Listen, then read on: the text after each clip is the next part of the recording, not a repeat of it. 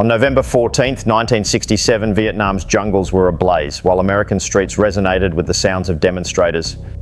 Yet within the sound-insulated NBC studios in Burbank, California, order prevailed as 15 million viewers watched The Milton Cole Show. This sanctuary of American variety was a realm of light-hearted quips, courtesy clapping, and carefully orchestrated segments. However, at 8:42 p.m., the broadcast broke format when a wrestler called Boris, the Iron Bear Petrov, committed an act beyond belief. Going beyond a simple interruption, he physically accosted a legend, seizing Bruce Lee's collar and hoisting him into the air. As the host sat paralyzed, the stunned audience gasped in unison, while a producer in the shadows gripped the kill switch with shaking hands. The ensuing 4 seconds would go down as talk show history's most debated flashpoint, marking a clash between Western brawn and Eastern martial theory. The incident was so sudden and philosophically jarring that the network terminated the feed, destroyed the recording, and claimed it never occurred. Yet 15 million witnesses ensured the world changed forever. To grasp this outburst, one must first identify what triggered it. The spark originated weeks prior to Bruce's appearance during a Tuesday afternoon located in the Chinatown district of Los Angeles.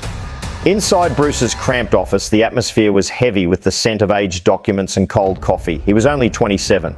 At that time, he was neither an icon nor a celebrity, but simply a man with worn-out footwear and an internal drive that burned intensely. Pacing his tiny workspace like a captive predator, he was surrounded by photographs documenting his grueling training and instructional sessions. These images testified to a life spent pursuing combative reality, yet Bruce's dedication to the truth wasn't covering his living expenses. "Ted, I'm not looking for promotional gimmicks," Bruce remarked, his sharp, high-pitched tone cutting through the damp air. "I require committed disciples who wish to master self-expression rather than spectators searching for a carnival performance." Ted, his manager, sat exhausted in the corner, mopping his brow. "Bruce, hear me out," he pleaded. "Your enrollment fluctuates between 12 and 20 students. You cannot survive on theory or settle debts with personal honor." Halting his movements, Bruce gazed at the overcast street below, realizing Ted was correct following the cancellation of the Green Hornet. To the Hollywood elite, he was merely a secondary character or a cliché, expected to play the subservient, enigmatic man from the East.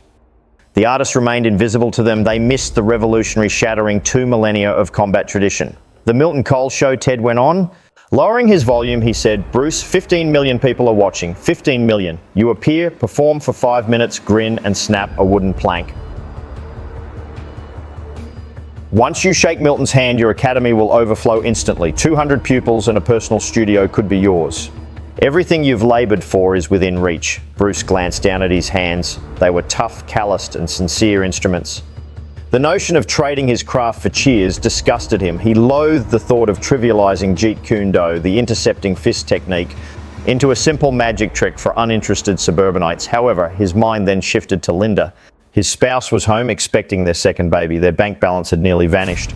The burden felt heavy on his frame, more taxing than any weight he'd ever hoisted. A fighter can tolerate agony and starvation, yet a parent cannot stand to see their kin suffer. Bruce faced Ted again. His gaze was shadowy and impossible to interpret. "Fine," Bruce murmured. The single word felt like cinders on his tongue. "Just one segment. I'll show my quickness, clarify the principles, and take queries. Then I'm gone. No gimmicks, no carnival stunts." Ted let out a deep breath, filled with relief. "That's ideal, Bruce. Milton is going to adore you. You'll be charismatic, it'll be simple." "Which other guests are attending?" Bruce inquired. His gut was reacting. He possessed a premonition for trouble, and it was currently screaming. Ted wavered for the briefest moment, a silence that lingered just a pulse too long. "Who is the other guest?" Bruce asked again. As his tone deepened, they intended to film a specific part. Ted faltered, dodging Bruce's piercing stare. "You know, a contrast piece, the Orient versus the Occident. Merely a display of various combat systems. They've brought in a wrestler, a local fellow. It's purely for the cameras, Bruce, completely planned out." Bruce's gaze tightened. "A wrestler?" "Big Boris, he's quite a personality. It's just a performance, Bruce, nothing more than a show." With a stoic expression, Bruce approached the wall to adjust a picture of himself. The image captured him hitting a bag. "Should he strike me," Bruce whispered, "the performance will come to an end." Ted gave a tense chuckle, noting that rules existed to prevent injury during the broadcast. Yet, as Bruce exited his Chinatown office that night, he felt an unsettling sense of an impending setup. Unbeknownst to him, the producers weren't interested in a mere display. They were craving a bloodbath. Their goal was to witness the little dragon's vulnerability. When November 14th came, Burbank was shrouded in a thick, oppressive grey. The NBC studio crackled with energy while black cables coiled along the ground like serpents. Headphone-clad men shouted commands into the air within this dream-making facility built for producing joy. It served a country on the verge of madness. In a backstage room reeking of perspiration and hair product, Bruce Lee remained perfectly still. Instead of exercising or moving about, he sat on a metal chair, absorbed in Krishnamurti's writings. To observers, he appeared diminutive in the vast backstage space, looking almost delicate amidst the various costumes and stage gear. In this artificial realm of contemporary TV, he seemed mismatched. Conversely, the stars' suite at the hall's end held a contrasting vibe. Boris the Iron Bear Petrov, a hulking figure seemingly carved from Russian stone, was already performing for his audience. The aggressive man shouted at the makeup crew his demands for more oil bouncing off the hard walls. While tensing an arm muscle larger than Bruce's leg, he demanded a metallic sheen. Nearby, producer Frank Miller watched from the shadows. Miller, who equated human worth with television viewership, smoked while observing the Russian powerhouse boast before the glass. "Remember the strategy, Boris," Miller rasped. "That small man is just a Hollywood performer who mistakes cinematic kicking for real combat. America is about to see what separates a celebrity from a beast." Boris let out a deep roar of laughter, vowing to snap him like a branch. "He is merely a snack," the Russian joked. Miller remained cold, indifferent to martial tradition, and focused solely on the falling ratings. Following a 2-point drop in viewership the previous week, he was desperate for a chaotic, headline-grabbing disaster. Miller demanded brutality masked as amusement. Keep him alive," he murmured, discarding his cigarette and treading it into the ground with his shoe. At least not before the second set of ads. Once back in Bruce's quarters, the energy shifted. Closing his volume, Bruce was unable to overhear the hallway talk, yet he could feel the underlying purpose. The ambience was sour and aggressive. Ted, his handler, hurried inside with a bloodless complexion. "The schedule has been altered, Bruce. You're up in 10 minutes. Also, Bruce, I just caught a glimpse of your opponent." Bruce rose. His movements were deceptively languid, reminiscent of a feline basking in sunlight. "He is massive, Bruce. Beyond just being tall, the man is a titan. Perhaps we ought to negotiate with the showrunners for some restrictions, like no physical strikes." Bruce straightened the sleeves of his outfit. Clad in a classic Chinese tunic of understated grace, he turned toward Ted, a faint, playful grin finally appearing on his face. "Ted," Bruce remarked in a quiet tone, "a larger objective only complicates the mission." "I am being serious," Ted whispered sharply. "I overheard their plans. They intend for him to manhandle and shame you. It's an ambush." Bruce approached the mirror to examine his own image. He perceived no prey in the glass, only water, an element capable of both gentle movement and violent impact. His mind returned to those countless garage sessions, the perspiration, the injured hands, and that solitary pursuit of excellence hidden from the world. He remembered the Chinatown traditionalists who labelled him a turncoat for instructing outsiders, and the Hollywood bosses who deemed him too ethnic for a starring part. He had spent his existence being categorized. Tonight they would attempt to bury him. "Let them make their attempt," Bruce told his reflection. A crew member in a headset abruptly leaned into the room. "Lee, you're up. Let's move." The studio's din intensified as Bruce traversed the tight passage to the stage. Like a remote thunder or a tempestuous sea, the crowd's cheering resonated. Turning the corner, he found Boris obstructing his path. This marked their initial confrontation. Their disparity in stature was absurd, with Boris looming over him like a mountain of greased muscle and hubris. With a scornful grimace, the grappler stared down at him. He inhaled deeply, puffing out his massive torso as if to drain the hallway of air. "So," Boris snarled, bending toward Bruce until their faces were nearly touching. "You're the martial arts expert? You seem like a child who's gone missing in a store." Bruce didn't even flinch. Without raising his chin, he maintained a steady focus, locking his eyes on Boris's neck. His pulse stayed calm and his breath remained steady. Mentally, he was already analysing the giant's physique, observing the low-slung centre of mass, unstable, arrogant and vulnerable. "Pardon me," Bruce uttered with a serene yet utterly self-assured tone. "I think we are supposed to be on the platform now." Boris was stunned. He anticipated terror and expected the small man to retreat, yet Bruce remained perfectly still. "Tonight you'll be taught some manners, tiny guy," Boris snarled, shifting just enough to allow Bruce to walk through. Bruce moved past him, never glancing back. Reaching the drape, he paused and briefly shut his eyes. He imagined water cascading around a stone, purging himself of both resentment and dread. Discarding his desire for victory, he turned into a void. Suddenly, Milton Cole's voice thundered through the monitors, filled with forced excitement. Give a warm welcome to the individual claiming to possess the world's quickest hands, Bruce Lee. The musicians began playing a tacky, Eastern-style melody. The broadcast lamp glowed crimson as the drapes parted. Bruce transitioned into the dazzling brightness. The crowd offered civil clapping, oblivious that a metaphorical slaying was imminent. The only uncertainty, who was the hunter? The stage lamps were incredibly bright. To the 15 million people tuning in via black and white television, the environment looked sophisticated. An artificial city skyline, a luxury couch, and Milton Cole's polished workspace. To Bruce, however, it resembled a combat ring. The atmosphere felt stale and filtered, carrying a sharp tang of ozone and excitement. Bruce glided toward the stage's midpoint with his signature effortless poise. Floating just above the ground, he gave a small bow to the crowd and then to Milton Cole. Milton remained at his desk, wearing a strained grin. Despite his professionalism, his gaze flickered anxiously toward the stage sides. He knew what the producers had planned. He was an accomplice in the ambush. "Greetings, Bruce," Milton stated, pointing toward the open floor. "We've been told much about your mindset." Fighting without actually fighting, is that the idea? Bruce gave a genuine, friendly smile. That is one part of it, certainly. It focuses on being effective, truthful, and uncomplicated. Uncomplicated, Milton echoed mockingly. That's nice, but our viewers prefer excitement. They wish to see its practical application. Milton hit a desk button, triggering a theatrical drum roll. "My friends, we decided to evaluate Bruce's concepts. We've brought out a unique guest to assist us, someone who favors agony over philosophy." The crowd went wild as the Iron Bear Boris Petrov was introduced. This moment was the main attraction. As the curtain rose once more, Boris charged onto the platform. Under his heavy stride, the floorboards shook. Clad in a wrestling singlet that highlighted every detail, his legs appeared as robust as ancient oaks. His limbs were as massive as fire hydrants while he bellowed at the onlookers. With a single aggressive move, he ripped a telephone directory apart, tossing the shredded paper like confetti. The display was noisy and dramatic, exactly what Bruce hated most. Boris moved to the middle of the stage, positioning himself beside Bruce. The difference in their physiques was stunning, resembling a grizzly standing by a panther. A wave of anxious yet thrilled laughter swept through the room. In their minds, the spectators were already imagining the conclusion, the giant obliterating the smaller opponent. Milton shifted closer, asking, "Boris, you mentioned martial arts how did you put it?" "Boris Ballet," the man roared into the mic, his booming tone reverberating. "It is just dancing in sleepwear. It's meant for young girls." A collective gasp, followed by light laughter, came from the crowd. Bruce stayed motionless, letting his arms dangle loosely by his hips. Ignoring both Milton and the spectators, he kept his gaze locked on Boris's chest, observing the rhythm of his breathing.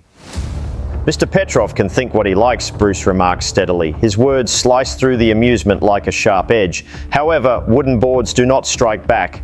And telephone books don't either." Boris's complexion flushed with anger. Unaccustomed to being challenged, he was far more used to inspiring terror. Moving into Bruce's personal space, he loomed over him. He gave off an air of hostility mixed with the scent of inexpensive cologne. "You have a big mouth," Boris snarled, ignoring the mic. His tone descended into a menacing growl that was nearly too low for the equipment to capture. "But are you capable of shifting me? Can you halt my progress? According to the agreed upon plan, a demonstration was supposed to take place." The plan involved Bruce performing some defensive maneuvers while Boris acted impressed, ending with a handshake, but Boris had abandoned the original plot. Suddenly, and without any indication, Boris pounced toward him. Rather than throwing a strike, he attempted to seize him. Boris extended a huge, thick hand and gripped the collar of Bruce's coat. As the material pulled tight, the onlookers let out a scream. This maneuver had not been practiced. "I want to see if you can take flight, tiny bird," Boris yelled. He hoisted Bruce upward, removing his feet entirely from the floor. Bruce dangled in mid-air, held aloft by the Colossus's powerful hand. A hush fell over the room as Milton Cole rose, his chair making a harsh sound against the ground. Back in the booth, the director went still. "What's his angle? He's supposed to block." "Don't stop the cameras," the producer yelled. "This is incredible footage. Watch those monitors." The broadcast captured what appeared to be a slaughter. The philosophical master Bruce Lee looked powerless, resembling a toddler in a beast's grasp. Displaying his discolored, crooked teeth, Boris grinned. He cocked a fist as large as a mallet, prepared to smash it into Bruce's unprotected ribcage. Time seemed to freeze. For 3 long seconds, Bruce remained suspended. There was no flailing or desperate movement from him. His expression radiated a frighteningly calm aura. Far from being caught, he was merely biding his time. He anticipated the exact instant Boris would be too committed to his strike to protect himself. He waited for the Titan to overreach, and finally the 4th second ticked by. A shift occurred in Bruce's gaze. His peacefulness vanished, replaced by a cold, hunting ferocity that was truly bone-chilling. Using the floor to create force wasn't necessary for him. He required physics rather than traditional leverage. Bruce chose neither to parry nor evade Boris's incoming strike. Instead, he met it with an interception. Physical principles suggest that a person must have leverage and a solid base to push against to produce strength. However, Bruce Lee had spent decades deconstructing and rebuilding the rules of science to suit his needs. Dangling by his shirt in the air, he didn't require a floor. The very arm restraining him served as a pivot point for Bruce. Before that heavy fist could make contact, he tucked his body inward in a flash. His core, conditioned through endless grueling training, snapped tight. By driving his hips forward while suspended, he sent a surge of energy through his back. This force erupted from his right hand. Rather than a standard strike, it functioned like the snap of a whip. Moving at a velocity the cameras couldn't fully capture, Bruce's back fist landed. It slammed directly into Boris's nose with a loud snap. That noise was revolting. This was no muffled sound typical of a choreographed fight. It was the distinct piercing sound of bone fracturing. Picked up by the microphones, the noise reverberated through millions of American homes. As if struck by a bullet, Boris's head jerked backward. He was instantly overcome by agonizing, sight-blurring pain. The grip on Bruce's shirt loosened immediately. His giant palm splayed out, his nervous system stunned by the impact. Bruce dropped toward the floor, yet he remained perfectly composed. He neither tripped nor attempted to flee. As he stepped onto the sleek stage surface, his landing wasn't that of a typical person, but resembled a feline, quietly steady and perfectly poised. Bruce had assumed his combat posture, right foot ahead, heel lifted and arms raised, before Boris could even bring his hands to his injured face. A rhythmic, mesmerizing swaying kept his body moving continuously. A hush fell over the crowd. The air was thick with held breath. Gripping his desk until his knuckles turned pale, Milton Cole realized this deviated from the plan. The practiced East meets West routine had been abandoned. Authentic, unrefined, and brutal violence had taken over. Boris gave his head a shake, his teeth marked by the blood trickling from his nostrils. As astonishment turned into a primal, savage fury, he released a scream that caused the studio lights to tremble. Disregarding the broadcast and the rolling cameras, his sole focus was the destruction of the small man positioned before him.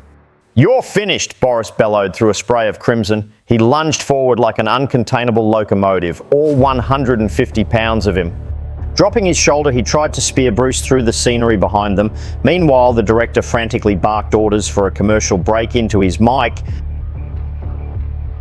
However, captivated by the magnificent terror of the moment, the producer restrained the director. "Keep the cameras on, just watch him." Rather than retreating or fleeing from the approaching behemoth, Bruce did something entirely unforeseen. Advancing directly into the line of fire, Bruce faked a low move, tricking Boris into dropping his defense for an instant. Bruce then surged upward with a flawlessly vertical high kick. His foot seemed to ignore gravity as it cracked against the bottom of Boris's jaw. The massive man's head jerked backward once more, his forward energy instantly neutralized. With his eyes fluttering upward, he stumbled, falling over like a collapsing skyscraper. Bruce continued his assault, not to display his skill, but to conclude the confrontation definitively. Touching down after the kick, he launched a rapid succession of strikes, blending Wing Chun speed with the physics of Jeet Kune Do. In a literal blink, 5 strikes landed squarely on the solar plexus with a series of sharp pops. The wind was knocked out of Boris with every hit, shattering his posture and his spirit. He didn't just fall, he came down with a heavy thud. He slammed into the floor like a toppled monument, vibrating the equipment. Breathless and holding his torso, he remained on the ground, totally defeated. Bruce towered above him, breathing easily. There was no sign of perspiration as he gazed down at the fallen colossus. Maintaining a stoic expression, he deliberately dropped his arms and fixed his cufflinks before flattening his blazer. His gaze shifted straight toward the second camera, eyes glowing with a ferocity that pierced through the monochrome broadcast. That expression conveyed a clear message: I'm no laughing matter. I am reality, not a caricature. In that instant, Bruce Lee locked eyes with 15 million people across America. The producer in the control room eventually broke from his daze, suddenly overwhelmed by the raw trial and televised gore. "Kill the feed," he yelled, slamming the desk. "End this immediately." Darkness took over the screens, replaced by static in homes nationwide. A jarring transition followed, jumping to a laundry soap advertisement. A beaming homemaker gripped a detergent box, oblivious to the historic TV moment she'd just eclipsed. While the transmission had ceased, events inside the studio persisted. The occurrences after the on-air light vanished proved more telling than the bout itself. As the broadcast signal flickered and died, a strange, weighted quiet saturated the room. The only sound was Boris Petrov's laboured breathing as he struggled on the mat. With his chest constricted, the stunned crowd remained frozen and silent. The audience perceived Bruce Lee not as a performer, but as a threat, a new kind of force they couldn't yet define. Ashen and shaking, Milton Cole eventually stepped out from behind his furniture, glancing between the fallen giant and Bruce. "Good heavens," Milton managed to stammer. "Will he survive?" Bruce pivoted toward him, the lethal intensity in his gaze vanishing at once. In its place was the serene courtesy of an academic. He walked over to Boris, dropped to one knee, and rested a hand on the grappler's broad shoulder. "Take slow breaths," Bruce advised in a gentle, almost tender tone. "Accept the discomfort instead of resisting it." It was a bizarre sight, the winner soothing the loser. The individual who had just executed a savage display of force was now showing mercy. Boris looked up, his expression a mix of weeping and bewilderment. Attempting to talk, he could only manage a pained moan. His snout was already beginning to swell into a bruised, ominous shade of violet. "You," Boris panted, "you've got the impact of a freight train." A faint, melancholy grin appeared on Bruce's face. "My strikes weren't the cause, Boris. You collided with yourself. I merely acted as the glass." Just then, the trance shattered as the studio entrance was flung open. The stage was swarmed by suited executives, guards, and medical staff. It was pure bedlam, with men screaming and assigning blame. "Remove him immediately," an executive barked, gesturing toward Bruce. "He attacked a guest and destroyed the broadcast." Ted, Bruce's manager, rushed onto the scene, appearing as though he might collapse from a heart attack. "Bruce, what happened? This is our downfall." "The lawsuits will leave us bankrupt." Standing up, Bruce observed the frantic leadership and the terrified production team. He appeared entirely disconnected from the surrounding turmoil, acting as a tranquil anchor amidst the loud commotion. "My actions aligned with my purpose here," Bruce told Ted composedly. "I provided a demonstration of reality." "The reality?" Ted screamed. "You fractured his nose on live TV. Do you honestly believe this will attract pupils? Do you imagine this secures you a training facility? You've been barred, Bruce. It's over." Bruce gazed at Ted, noting the sheer terror in his manager's expression. At that precise second, a deep realization struck him. He found that he simply didn't mind. For a long time, he had attempted to reshape his discipline to fit their standards. He had attempted to condense the infinite into a marketable segment for television ads. He had sought to please those seeking mere amusement rather than spiritual growth. However, that framework had shattered tonight. "We're leaving, Ted," Bruce remarked, ignoring the surrounding mess. "Leave? To where?" Ted faltered. "Reparations and apologies are necessary." Bruce paused. He observed Boris being assisted onto a litter. The massive man locked eyes with Bruce, his face now devoid of rage and filled only with dread. With a slight agonizing movement, Boris gave a respectful nod, a greeting between fighters. Bruce acknowledged him back and walked toward the door, his steps ringing out against the firm ground. "No apologies will be offered," Bruce declared, his tone carrying a fresh sense of command. "There is nothing to mend because nothing has been damaged." Stepping out the rear exit, they entered the chilly evening air of the Burbank facility. A gentle rain was falling, making the pavement shimmer beneath the lamps. Ted was struggling to breathe. "I'm lost, Bruce. Why? Why was such severity necessary?" Bruce halted beneath a lamp, the mist clinging to his attire. Gazing upward at the immense obsidian sky above the glowing city, Bruce whispered, "Because Ted, conforming to their rules would have cost me my soul. This evening my true nature was revealed. They might despise or dread it, but they finally witnessed who I am." He shifted his attention to his manager. "I have no desire for thousands of pupils seeking simple illusions. My goal is to find a pair of students who seek the actual truth." Ted stood there, unable to find his words. It dawned on him that he wasn't observing a customer anymore, but a maestro. Just then, a youth in his early 20s dashed out of the recording space. Dangling around his neck were headphones. Out of breath, the intern rushed forward. "Mr. Lee, Mr. Lee," the lad cried out. Ted moved to block Bruce, stating, "No statements, we're leaving." Disregarding Ted, the youth halted before Bruce. His wide eyes gleamed with a fervor that reflected Bruce's own gaze. I witnessed it, the young man gasped, struggling for air. From the booth, I saw your performance, the way you shifted and flowed. Observing the fire in the young man's eyes, Bruce watched him. I'm not looking for a signature, the youth stammered. I only wish to know, will you instruct me, not in combat, but in that other essence, the manner in which you remained unmoved by the chaos. Bruce offered a grin. This wasn't a performance, it was genuine. The tempest never ceases, Bruce remarked. The trick isn't halting the gale, but transforming into the rain itself. Reaching into his pocket, he extracted a tiny wrinkled contact card. Passing it to the youth, he said, be at the garage by 6 a.m. this Saturday, punctuality is key. While the young man gripped the card like a treasure, Bruce departed into the darkness. The creators wiped the recording, they issued legal threats and attempted to suppress the event. However, the myth survived since 15 million viewers had witnessed it. Crucially, Bruce Lee had truly discovered himself. Unbeknownst to him at the time, that evening signaled the end of Bruce Lee's acting career. It heralded the emergence of Bruce Lee as the Dragon. The footage from that broadcast was lost forever. NBC's official stance was that the segment was lost due to a demagnetization glitch. The Milton Cole Show endured for another 5 years, predictably safe and dull. Yet within martial arts circles, the events of November 14th grew into myth. Bruce didn't secure the studio's favour that evening, nor did he gain effortless stardom or Hollywood's approval. To the contrary, he was branded as a volatile and defiant individual, precisely the reputation he required. Had Bruce stuck to the plan and allowed Boris to dominate him as the mystical assistant, wealth might have followed. He could have thrived as a stunt director or a niche actor in minor films. However, he would never have transformed into the Dragon. By choosing his craft over a crowd's cheers, Bruce Lee severed his ties with the mundane. He compelled himself to carve out a fresh trail. This route took him back to Hong Kong and a cinema industry craving the raw power that intimidated Hollywood. Rather than a misfortune, the missing broadcast served as a release. That was the instant Bruce Lee understood he was independent of the establishment. The system was the one in need of him.